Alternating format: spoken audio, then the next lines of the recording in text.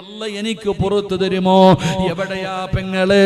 പള്ളിപ്പറമ്പിലെ ഖബറിനകത്ത് കിടക്കുന്ന ജനാസയെ കേറി പിടിച്ചവനാട്. എത്ര വലിയ പാപമാട്! ഈ ചെറുപ്പക്കാരൻ നബി തങ്ങളോട് ചോദിക്കുന്നു, അല്ല എനിക്ക് പുറത്തു തരുമോ? അല്ലാഹുവിന്റെ റസൂൽ പറഞ്ഞു തൗബ ചെയ്യാറ്. അല്ലാഹുവിന്റെ റസൂൽ പറഞ്ഞു തൗബ ചെയ്യാറ്. ആ ചെറുപ്പക്കാരനെ സമാധാനിപ്പിച്ച് വിടുകയാണ്.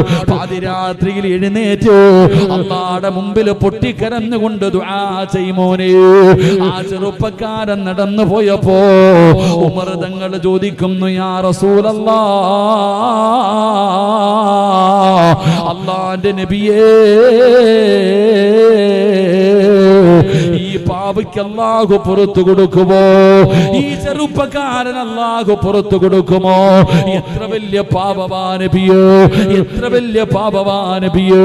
അല്ലാഹുവിന്റെ റസൂൽ അപ്പോഴാണ് പറഞ്ഞത്, ഉമറേ, ഇതിനേക്കാളും പാപം ചെയ്യുന്നവരുണ്ടോ? ഇവൻ പാപം ചെയ്തവനാട്. ഇവൻ അല്ലാഹുവിനോട് പശ്ചാത്തപിച്ച അല്ല പുറത്തു കൊടുക്കും. കാരണം അല്ല കരുണയുള്ളവനാട്, അല്ലാഹു ദയാലുവാണ്. പടച്ചവനെ തന്റെ അടിമ കരയുന്നത് ഇഷ്ടപ്പെടാത്തവനാട്. പക്ഷേ അടിമയും തമ്മിലുള്ളത് തീർക്കണം സഹോദരാ.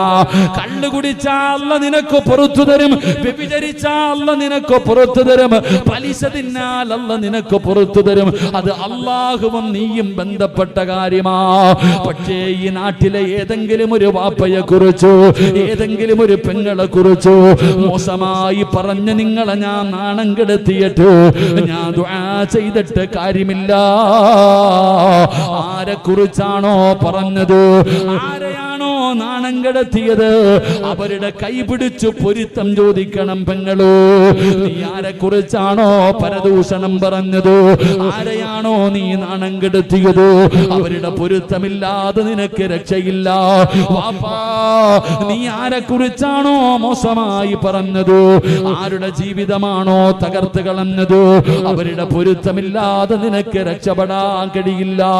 അതുകൊണ്ട് പടച്ചവനെ, ചെറിയ ഒരു പാപമല്ല, അത് നിസ്സാരമായി കാണേണ്ട ഒരു പാപമല്ല.